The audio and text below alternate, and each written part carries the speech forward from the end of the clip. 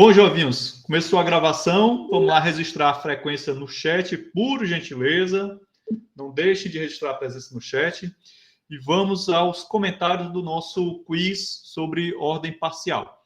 Ordem parcial é um assunto relativamente simples, né? Bastante simples mesmo, um dos assuntos mais tranquilos dessa nossa disciplina de matemática discreta, certo? Nos vídeos de pré-aula, no vídeo de pré-aula e nos vídeos das gravações do semestre passado, eu não abordei um ponto neles, que foi a parte de álgebras booleanas através da relação de ordem parcial, que vai ser um assunto que a gente vai ver no nosso segundo tempo, né? Antes da gente resolver a lista de exercícios que eu acabei esquecendo de mandar para vocês pelo sistema acadêmico, né? E aí eu peço, diante de todos, 1000 desculpas por ter cometido esse erro. Nós vamos fazer uma revisão, né, rápida do que foi do assunto, e aí vou comentar também, vou introduzir esse assunto de álgebras booleanas a partir da perspectiva das relações de ordem parcial, e aí a gente passa para a correção da lista, que é uma lista pequena, são só 6 questões, e está bem tranquila, certo? Vamos aqui aos comentários do quiz. A primeira questão foi bem tranquila, né? Todo mundo acertou, maravilha. E diz o seguinte: a simetria é a ausência de simetria. Todo mundo acertou, beleza, acho que prestaram bem atenção quando eu enfatizo dizendo que vocês não devem confundir antissimetria com assimetria, né? A antissimetria é uma propriedade que é verificada nas relações de ordem parcial e a assimetria é a ausência de simetria. Porém, é comum haver essa confusão entre o conceito de antissimetria e de assimetria, certo? Entendido? Mas ainda bem, todo mundo aqui acertou, beleza? Vamos lá. Sobre conjuntos parcialmente ordenados, é correto afirmar, exceto. Então, vamos lá. Os conjuntos parcialmente ordenados, eles são nomeados dessa maneira se eles satisfizerem 3 propriedades. Então, só para a gente recordar um pouquinho. Quando a gente estudou as relações de equivalência, nós percebemos o quê? Para que uma relação seja classificada como uma relação de equivalência, essa relação precisa satisfazer 3 propriedades. Primeira propriedade é da reflexividade, segunda propriedade é da simetria e a terceira propriedade era da transitividade. Beleza? Então, uma vez que determinada relação satisfaz ou possui essas 3 propriedades, e aí a gente pode dizer que essa relação é uma relação de equivalência. Beleza? Bom, a ordem parcial também é uma relação. E ela é identificada a partir do momento que uma determinada relação satisfaz 3 propriedades, a saber, a reflexividade, a transitividade e a antissimetria, certo? Então, ela parece muito com a propriedade da equivalência, né? O que difere é a questão da propriedade da antissimetria. Então, vamos lá. A primeira alternativa dizia o seguinte: se um conjunto X tem uma ordem parcial, e aí eu queria chamar a atenção de vocês para esse símbolo aqui, certo?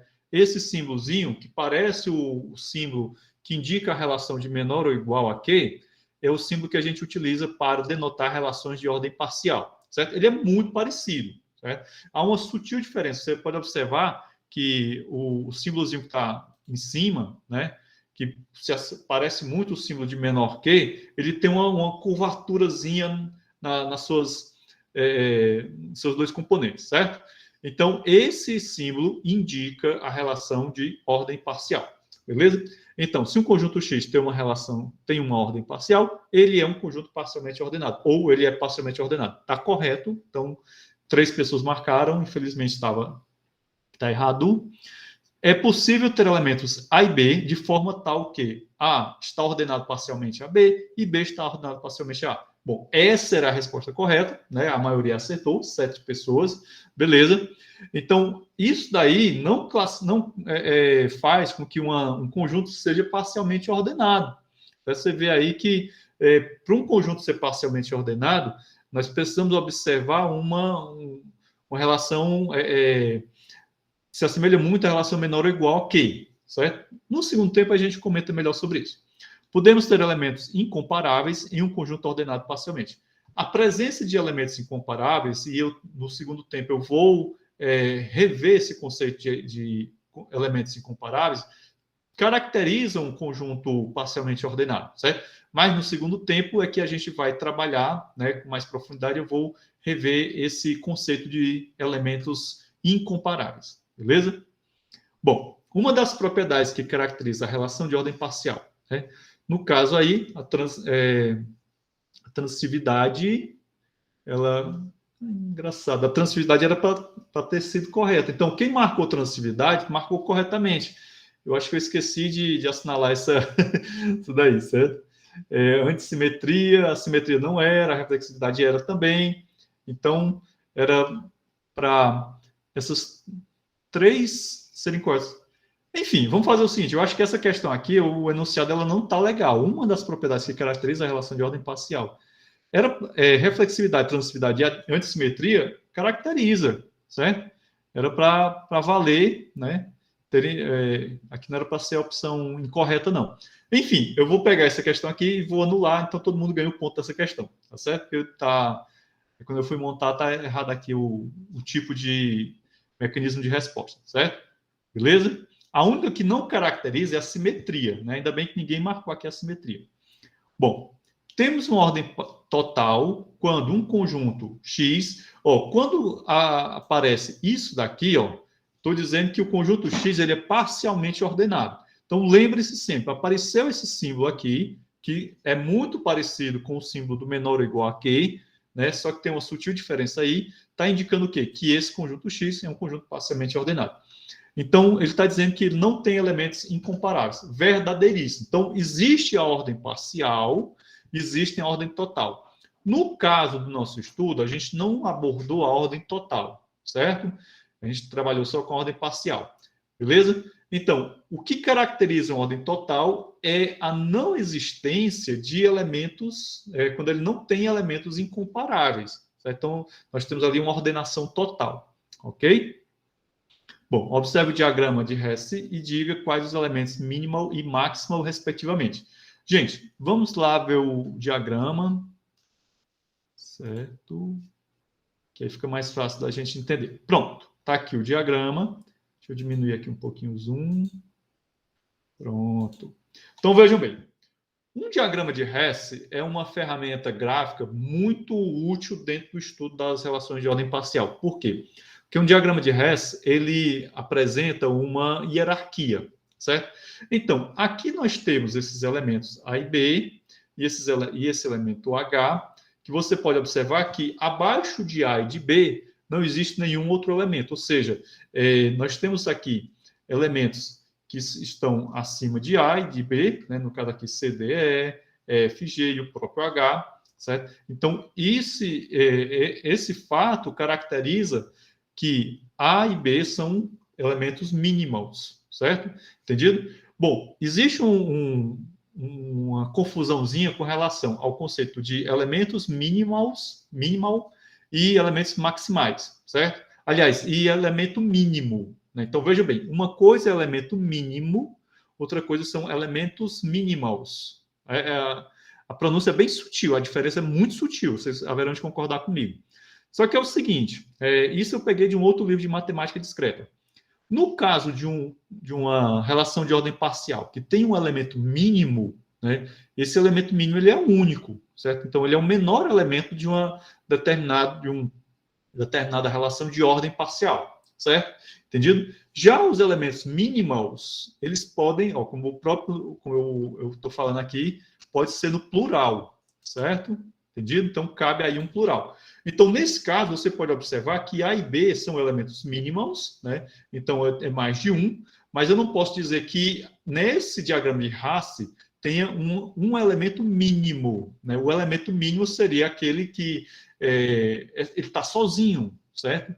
Então, vejam que a ideia de minimals e maximals presume aceitar que existem mais de um, certo? E um elemento máximo, como vocês podem observar pela pronúncia da expressão, é também a ideia de um, né? Então, o elemento máximo, o elemento mínimo, não é a mesma coisa que elemento maximal e elemento minimal, ou elementos, né? Então, o conceito de minimal e de maximal, admite a existência de mais de um elemento, certo? Então, eu posso ter mais de um elemento maximal, eu posso ter mais de um elemento minimal. Porém, se eu tenho um elemento mínimo e elemento máximo, eu tenho apenas um de cada um desses elementos, certo? Então, nesse caso aqui, o H é um elemento maximal, certo?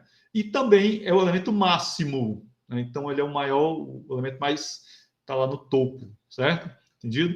São conceitos bem tranquilos, acredito que não seja muito difícil vocês compreenderem isso. Beleza? Então, a maioria acertou A, B e H, né? Respectivamente, minimal e maximal. E vamos lá. Para demonstrar que um conjunto... Espera aí que eu vou aumentar aqui, que eu acho que ficou pequeno.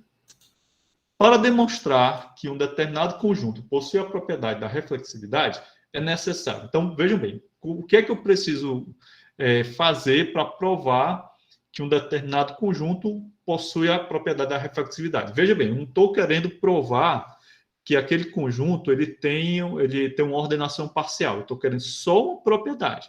Então, nesse caso, primeira opção, levar em consideração apenas um elemento desse conjunto X, né?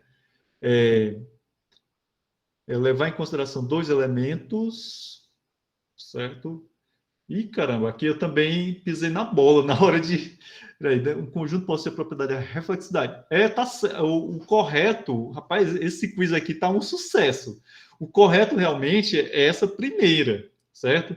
Quem marcou ali a segunda, levar em consideração dois elementos, seria a propriedade da simetria ou da antissimetria, certo? Então, o correto realmente é a primeira alternativa, beleza? Bom, como foi um erro meu na hora de assinalar que Pronto, Pedro, tá certíssimo. Porque quando a gente monta o quiz, né, a gente tem que assinalar qual é a resposta correta, né? No caso de uma única alternativa, ou quais são as alternativas corretas. E aqui eu cometi o erro de assinalar erroneamente. Então, aqui é erro meu também. Então, mais uma questão que eu vou premiar vocês, tá certo? Entendido? Beleza? Bom, o correto é levar em consideração apenas um elemento. Por quê? Porque é a relação de reflexividade, certo? A reflexividade, eu estou vendo se, dado um elemento qualquer A, né, se ele está relacionado com ele mesmo, né, certo? Lá na relação, certo? Entendido? Então, levar em consideração dois elementos X e Y desse conjunto seria, né, para verificar a propriedade da simetria ou da antissimetria. E levar em consideração três elementos x, y e z desse conjunto seria para a relação de transitividade, certo? Então, toda vez que vocês forem provar reflexividade, simetria ou antissimetria e transitividade, é sempre bom lembrar. Reflexividade eu vou considerar apenas um elemento, simetria ou antissimetria eu vou considerar dois elementos, e transitividade eu vou supor três elementos, beleza? Então, dito isso, você já tem o início da sua demonstração. Tá certo? Vamos lá. A relação menor ou igual é uma relação de ordem parcial. 100%, aliás, 80% correto, certo? Então, a gente já falou exaustivamente isso. Inclusive, o símbolo que indica a ordem parcial é muito parecido com o símbolo que usamos para denotar uma relação menor ou igual aqui. Então, não tem muito a se discutir aqui. Bom, vamos lá. Seja menor uma relação sobre os números naturais, assim definida.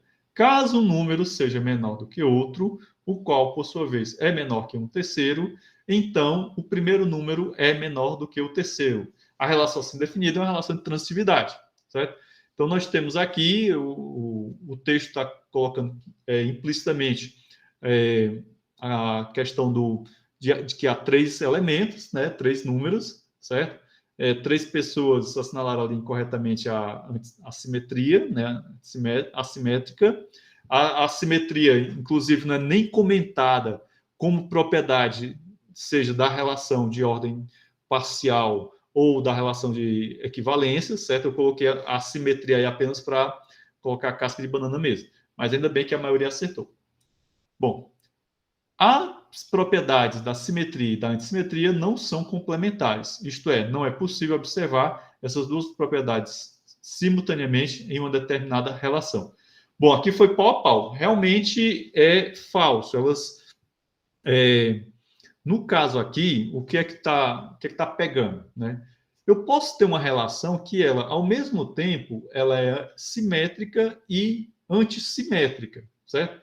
Por quê? Porque as relações, as propriedades da simetria e da antissimetria, elas realmente não são complementares. Até aí estava tudo bem, certo? Estava correto.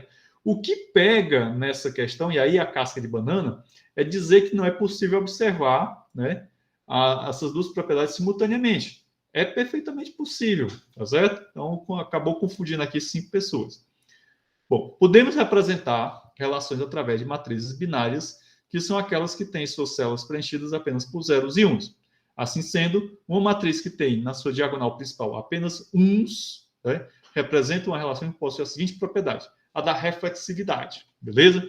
Então, essa daqui foi uma questão que confundiu muita gente, né? Então, veja bem, eu tenho aqui uma matriz, né? Essa matriz ela admite apenas zeros e uns como seus elementos, como seus componentes. Se a diagonal dessa matriz possui apenas, como ele está dizendo, uma matriz que na sua diagonal principal tem apenas uns, né? Então tem lá na diagonal principal apenas uns. Essa matriz está indicando uma. E esse fato indica o quê? A propriedade da reflexividade, certo? Então vocês devem ter visto lá nos vídeos, nas gravações, que nós podemos representar essas relações através de matriz, né? São as matrizes binárias, apenas com zeros e uns, e de acordo com o que a gente observa na diagonal principal ou na parte superior, na parte inferior da diagonal principal, nós podemos já identificar algumas propriedades, certo? Tá bem bonitinho lá nos vídeos, bem explicadinho. Beleza? Bom, gente, finalizar aqui a apresentação. O quiz, inicialmente eu disse para vocês que tinha observado algumas notas não muito boas, mas aí eu percebi os 2 erros que eu cometi na hora de montar esse quiz, e eu acho que a nota de muita gente vai dar uma melhorada nesse quiz, certo? O pessoal que não tirou nota boa, beleza? Ou quem tirou nota boa e foi prejudicado pelos meus 2 erros, vai melhorar mais ainda a nota, tá certo? Bom, são 10h39, 10h40, já aqui no meu reloginho. Vamos dar aquele nosso intervalinho de 10 minutos, certo? E quando for 10h50, a gente está de volta, beleza? Parar aqui a gravação.